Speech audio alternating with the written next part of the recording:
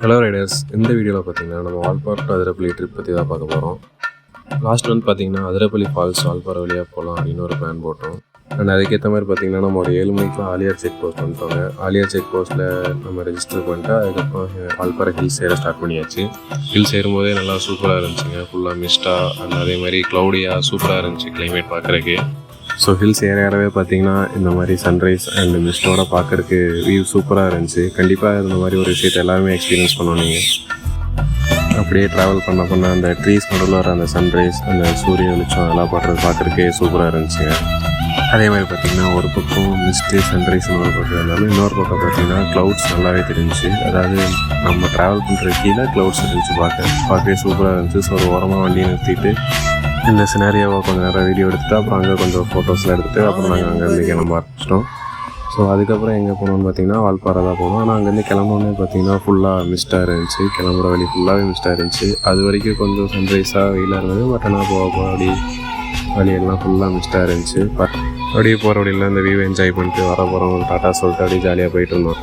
So பார்த்தீங்கன்னா Valparai reach ஆகிட்டு அங்கே மார்னிங் டிஃபன் பிரேக்ஃபாஸ்ட் முடிச்சுட்டு அதுக்கப்புறம் அதிரப்பள்ளி ரோட் பார்த்து நம்ம கிளம்ப ஆரம்பிச்சிட்டோம். ஸோ அதிரப்பள்ளி போகிற வழியில் தான் சோலையார் டேம் இருக்குது.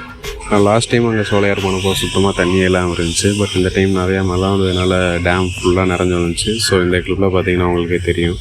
ஸோ இந்த வியூவை கொஞ்சம் நேரம் பார்த்துட்டு அதுக்கப்புறம் அதிரப்பள்ளி போகிற ரூட்டுக்கு வந்துட்டோம். ஸோ அங்கே போனோடனே ஒரு செக் போஸ்ட் இருந்துச்சு. ஸோ அங்கே செக் போஸ்ட் உள்ளே போயிட்டு வெஹிக்கல்லாம் ரெஜிஸ்டர் பண்ணிட்டு அப்புறம் அங்கேருந்து கிளம்ப ஆரம்பிச்சிட்டோம்.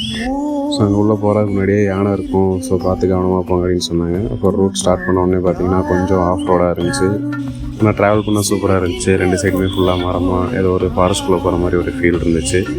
கொஞ்சம் தூரம் போன அப்புறம் இன்னுமே ரோடு கொஞ்சம் மோசமாக இருந்துச்சு. மழை வந்து அதுக்கும் கொஞ்சம் சேறு சாதியமாக இருந்துச்சு. பட் ஆனால் வண்டி ஓட்ட சூப்பராக இருந்துச்சு, நல்லா த்ரில்லிங்காக இருந்துச்சு. கொஞ்சம் தூரம் ஒரு சின்ன பிரேக் எடுத்துகிட்டு அண்ட் அதுக்கப்புறம் பார்த்தீங்கன்னா போன ரோட் சூப்பராகவே இருந்துச்சு. ரோடெலாம் கொஞ்சம் நல்லா இருந்துச்சு. அண்ட் சைட்லேயே பார்த்தீங்கன்னா சின்ன சின்ன லேக்லாம் இருந்துச்சு. ஸோ அதெல்லாம் பார்த்துட்டே நம்ம அதிரப்பள்ளி ஃபால்ஸ் என்ட்ரன்ஸ் பண்ணிட்டோம். ஸோ என்ட்ரன்ஸ்லேயே அங்கே இந்த மாதிரி ஒரு சின்ன ஃபால்ஸ் இருந்துச்சு. ஒரு வழியாக அதிரப்பள்ளி ஃபால்ஸ் நம்ம ரீச் ஆகிட்டோம். ஸோ இவ்வளோ தூரம் நம்ம ட்ராவல் பண்ணி வந்ததே இந்த ஒரு வியூ பார்க்கணும் அப்படிங்கிறது.